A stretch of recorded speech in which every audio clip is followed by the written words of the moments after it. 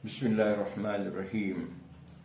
मेरे प्यारे भाइयों और बहनों, आज हम बात कर रहे हैं मिस्टर संजीव भट्ट आईपीएस और डॉक्टर कफील खान के बारे में।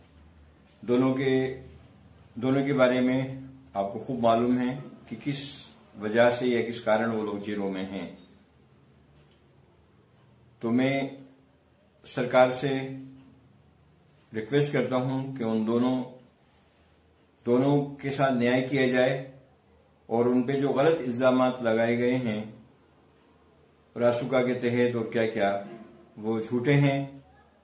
ऊपर वाले से डरते हुए योगी जी और मोदी जी उन इल्जामात को वापस लें और उनको बाइज्जत और अनकंडीशनल उनको रिहा किया जाए।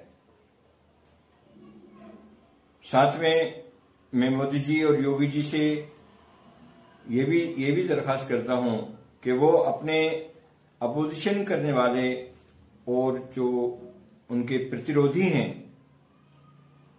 उनके साथ हमदर्दी का मामला करें। वो उनके साथ दुश्मनों जैसा रवैया नहीं करें।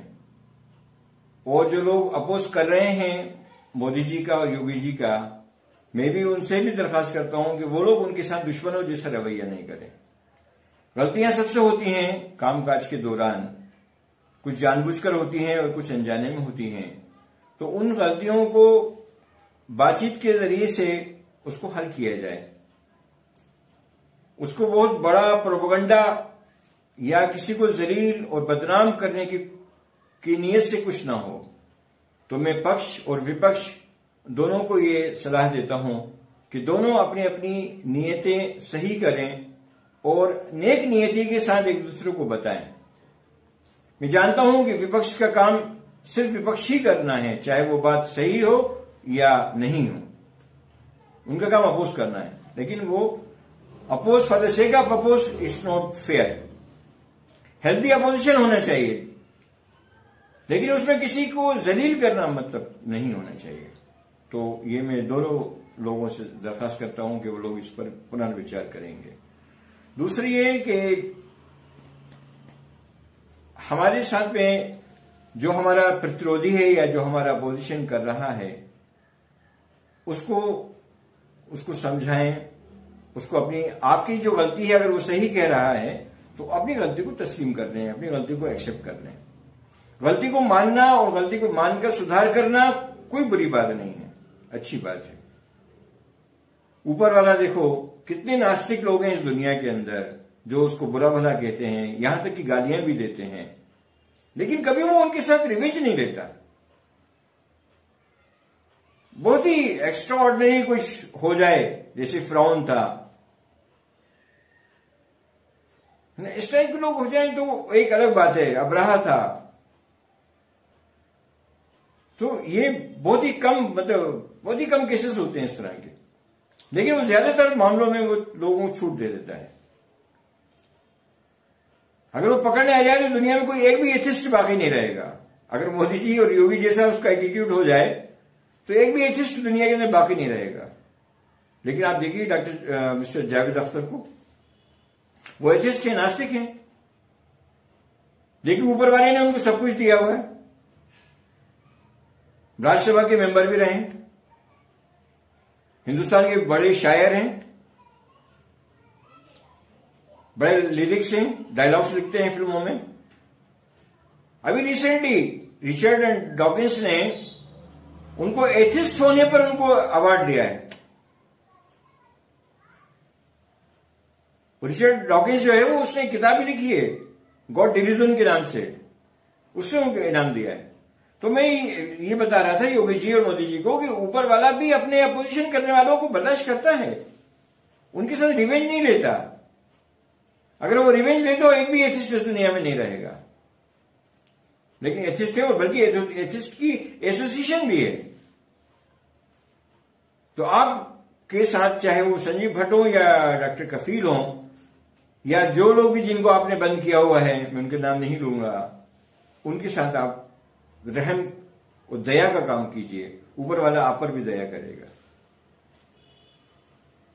गवर्नमेंट क्या है, आप क्या समझते हैं गवर्नमेंट को? What's the means of government? जो गवर्नमेंट की जो डेफिनेशन है वो सिंपल है। Government is a group of people who rule और control the country, who rule and control the country, for what you are ruling and for what you are controlling। तो आप rule इसलिए कर रहे हैं ना कि आप जस्टिफिकेशन करेंगे, आप न्याय करेंगे। आप रूल इसलिए कर रहे हैं ना कि आप इकोनॉमी को डेवलप करेंगे, इकोनॉमी को प्रमोट करेंगे, लोगों के अंदर जो पोटेंशियल है उसको डेवलप करेंगे। आप कंट्रोल इसलिए कर रहे हैं ना कंट्री को कि आप अन्याय नहीं होने देंगे, आप गरीबी नहीं होने देंगे, आप भुखमरी नहीं होने देंगे, आप अशिक्षा नहीं होने देंगे, लोगों को बेघर नहीं रहने देंगे, लोगों को एक दूसरे को पर अत्याचार नहीं करने देंगे। आप इसलिए तो कंट्रोल कर रहे हैं ना कंट्री को।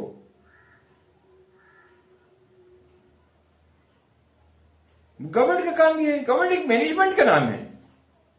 गवर्नमेंट बनाई ऊपर वाले ने, ईश्वर ने बनाई है। जिसने इस दुनिया को बनाया उसी ने गवर्नमेंट भी बनाई है, उसी ने गवर्नमेंट का स्ट्रक्चर बनाया और उसमें उस स्ट्रक्चर में नेक और अच्छे लोगों के लिए उसने कहा था। लेकिन अनफॉर्चुनेटली सारे गंदे लोग उसके अंदर आ गए।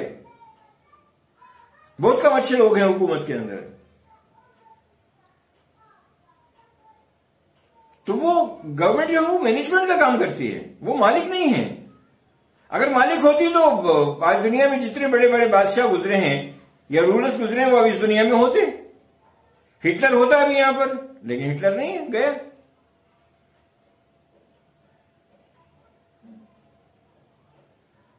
तो लोगों का आना जाना लगा हुआ है, कोई यहां पर मालिक नहीं है, सब सर्वेंट्स हैं।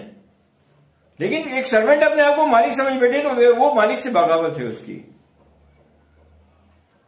वो मालिक बनने की कोशिश कर रहा है, मतलब वो मालिक के साथ बागी बन गया है, मालिक का वफादार नहीं है। मालिक का वफादार वो तभी रह सकता है जब वो सर्वेंट बनकर, सेवक बनकर काम करे और उसकी जनता का और उसकी मखलूक का ख्याल रखे।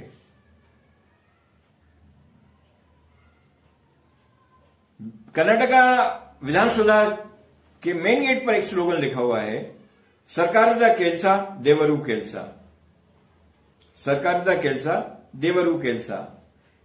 इसके माने ये है कि government work is work of God, government work is work of God.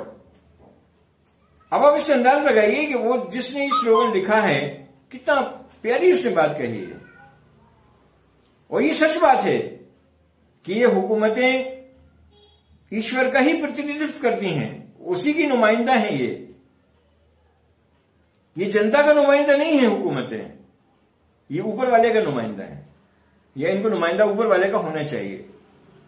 ये ऊपर वाले का नुमाइंदा नहीं होने के कारण ये अत्याचार कर रही हैं, ये जुल्म कर रही हैं, ये देश को तरक्की से रोक रही हैं, देश में सुख और सुकून और चैन और अमन और समृद्धि उससे ही रोक रही हैं, क्योंकि ये ऊपर वाले का प्रतिनिधित्व नहीं करती हैं, उसका रिप्रेजेंटेशन नहीं करती हैं, ये जनता का रिप्रेजेंटेशन करती हैं।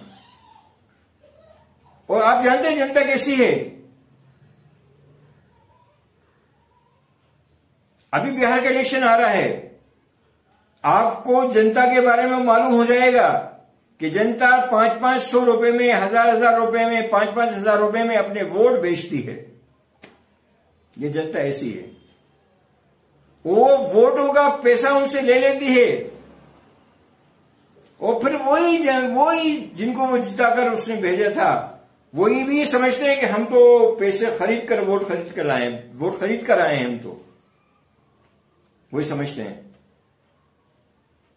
अब जनता भी उनसे कुछ नहीं बोल सकती क्योंकि उन्होंने पैसे पहले से ले लिए हैं। तो जनता के करप्शन का हाल ये है। तो जिनको आप चुन के भेज रहे हो, जिनको वोट आपने दिया है पैसे लेकर, आपके अंदर क्या ताकत है, क्या डेयरनेस है कि आप उनसे कोई बात कर सको। इसीलिए आप देखते हैं जो रैलियां निकलती हैं पार्टीज की, उसमें ज्यादातर लोग किराए के लोग होते हैं जो 500 रुपए पर डे पर और ट्रांसपोर्ट के ऊपर आते हैं। वो उनके अपने लोग नहीं होते, जिनको उनसे हमदर्दी हो, उनकी पॉलिसी से हमदर्दी हो, वो लोग नहीं होते। तो जनता का हाल ये है। तो अब आप सोच लीजिए कि आपके लोग, जो हमारे चुने हुए लोग हैं, जो हमारे लोग हैं, वो कैसे हैं, जैसे हमें वैसे वो हैं। तो सरकार में जो बैठे लोग हैं वो जनता के प्रतिनिधित्व नहीं होते, या नहीं होना चाहिए। उनको ऊपर वाले का प्रतिनिधि होना चाहिए कि वो ऊपर वाले की मर्जी के अनुसार उसकी प्रजा और उसकी जनता और उसकी मखलूक और उसकी सृष्टि की सेवा करेंगे। जब उनको ऊपर वाले से डर होगा, ऊपर वाले से प्रेम होगा, तो वो सही काम करेंगे। अभी तो ऊपर वाला उनकी काउंटर में ही नहीं है। आप जितने भी पॉलिटिशियन हैं उनके भाषण सुन लीजिए, वो क्या कहते हैं, जनता को जवाब देना पड़ेगा, जनता पूछेगी, भारत पूछता है।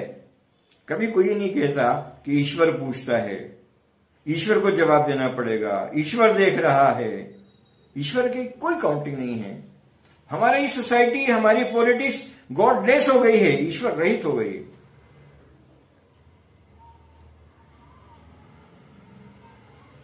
मैं आईपीएस एसोसिएशन और मेडिकल एसोसिएशन से भी रिक्वेस्ट करता हूं कि दोनों लोग अपने अपने लोगों के लिए सरकार से बात करें। आईपीएस, आईएएस, आईएफएस इंडिया की टॉप मोस्ट एडमिनिस्ट्रेटिव सर्विसेज हैं, और इनमें जो लोग सिलेक्ट होते हैं उनका आईक्यू बहुत ही एक्स्ट्रा ऑर्डिनरी होता है। वो लोग भी अगर नॉर्मल लोगों की तरह डर कर बैठ जाएंगे और वो लोग भी सही बोलने वाले की सपोर्ट नहीं करेंगे, तो फिर ये देश की जनता का क्या हाल होगा। और जो लोग सरकारों में बैठे हैं वो लोग क्या नहीं करेंगे। सरकारें तो जो एडमिनिस्ट्रेटिव सर्विसेज वाले लोग हैं वो लोग चलाते हैं।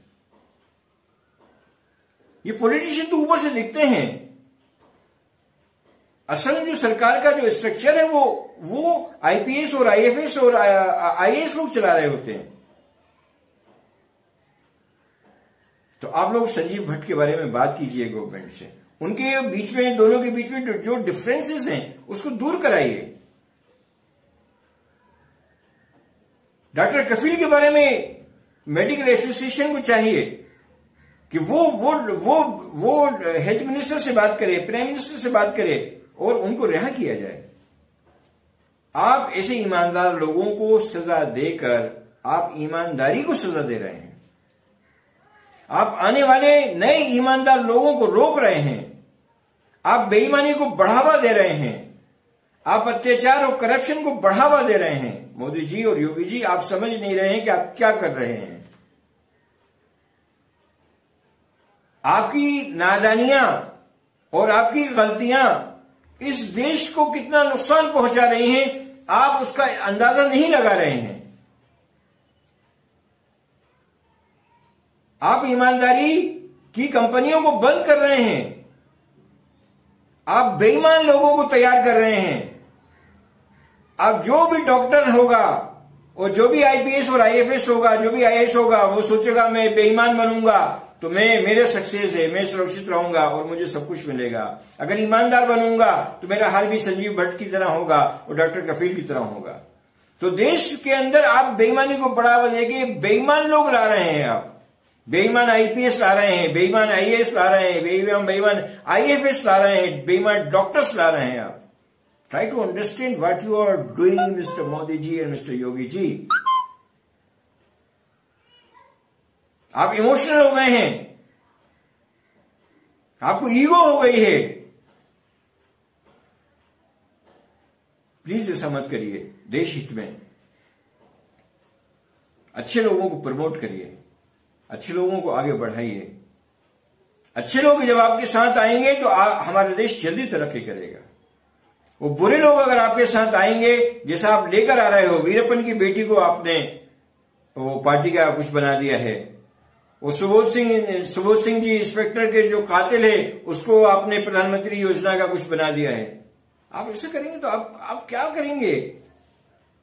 मतलब इससे भी लगता है कि आपके अंदर समझ ही नहीं है देश को चलाने की। आप जो वादे करते हैं वो पूरे नहीं करते। बारिश आ रही है, बारिश हो रही है, बारिश होने वाली है, आपने अपनी सड़कों को, नालियों को और घरों को ठीक नहीं कराया। जो दरख्त गिरने वाले हैं उनको आपने चेक नहीं किया। उनको बारिश आने से पहले जो गिरने वाले थे उनको आप पहले गिरा देते। जो मकान गिरने वाले थे उनको आप पहले गिरा देते। लोगों की जाने तो बच जाती। नालियां शीश पड़ी हुई हैं, बंद पड़ी हुई, उनके अंदर पानी भर जाता है और इलाकों के अंदर पानी भर जाता है, लोगों की जिंदगी खराब हो जाती है। आपने म्यूनिसिपल को और आपने पंचायतों को और सारी कॉर्पोरेशंस को आपने बिजी रखा है, लोग अपने काम नहीं कर पाते।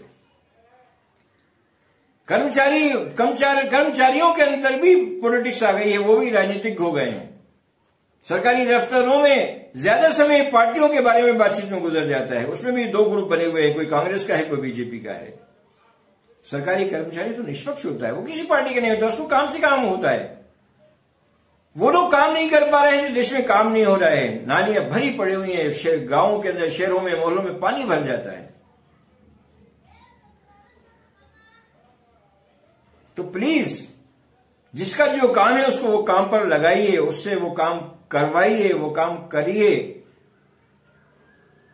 सरकार का काम है झूठ नहीं बोलना और वो झूठ बोलने से रोकना। सरकार का काम है सच बोलना, सच बोलने के लिए लोगों को प्रेरित करना। सरकार का काम है जुल्म नहीं करना और जुल्म से रोकना।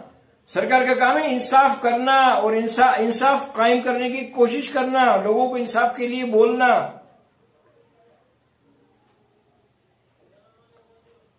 अमर बिल मारूफ और नहीं अनिल मुनकर करना, अच्छाइयों का हुक्म देना और बुराइयों से रोकना, ये सरकार का काम है। जब सरकार खुद ही बुराइयां करने लगे और खुद ही झूठ बोलने लगे और खुद ही जुल्म करने लगे और खुद ही अन्याय करने लगे और जो उसके न्यायालय हैं उनको न्याय करने से रोकने लगे, अस्पतालों को इलाज करने से रोकने लगे, तो फिर वो उस देश का क्या होगा? उस देश का क्या होगा? मोदी जी और योगी जी,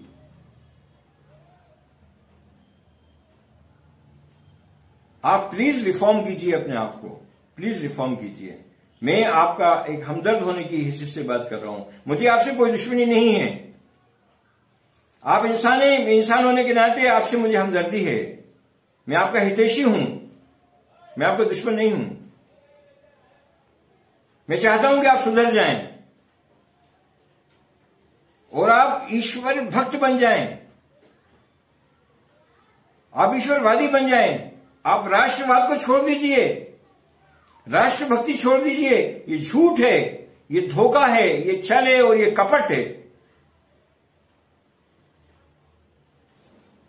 अगर राष्ट्रवादी आप कहते हैं ना, जिसको राष्ट्रवाद को, उस बाउंड्रीज को अंदर रहने को, मैं उसको राष्ट्रवाद नहीं मानता। मैं राष्ट्रवाद उसको मानता हूं जो ईमानदार हो, जो इंसाफ करने वाला हो। संजीव भट्ट राष्ट्रभक्त थे, आप राष्ट्रभक्त नहीं हो। डॉक्टर कफील राष्ट्रभक्त थे, आप राष्ट्रभक्त नहीं हो। इन जैसे लोग राष्ट्रभक्त हैं। चोर और उचक्के लोग, डाकू लोग और बलात्कारी लोग, वो राष्ट्रभक्त नहीं हैं। राष्ट्रभक्त का झूठ बोल के आप लोगों को बेवकूफ बना रहे हैं। प्लीज आप कंट्रोल कीजिए, है ना। ईश्वर से डरिए, ईश्वर से प्रेम कीजिए। हम सबको वापस जाना है उसी के पास। यहां पर कोई हमेशा के लिए नहीं आया है और ना कोई हमेशा रहेगा। डॉक्टर केशव बलीराम हेडगेवार भी चले गए, पंडित जवाहरलाल नेहरू भी चले गए, नाथूराम गोडसे भी चले गए और महात्मा गांधी भी चले गए, मौलाना अबुल कलाम आजाद भी चले गए और एपीजे कलाम भी चले गए, डॉक्टर और राज कपूर भी चले गए ना। सबको जाना है, आपको भी जाना है, मुझे भी जाना है। तो ऐसा मत करके जाइए कि जब ऊपर वाले के पास जाएं तो वहां जाकर शर्मिंदगी हो कि तुमको मैंने प्रधानमंत्री या चीफ मिनिस्टर बनाया था तो तुमने क्या किया। Please take care. Thank you very much.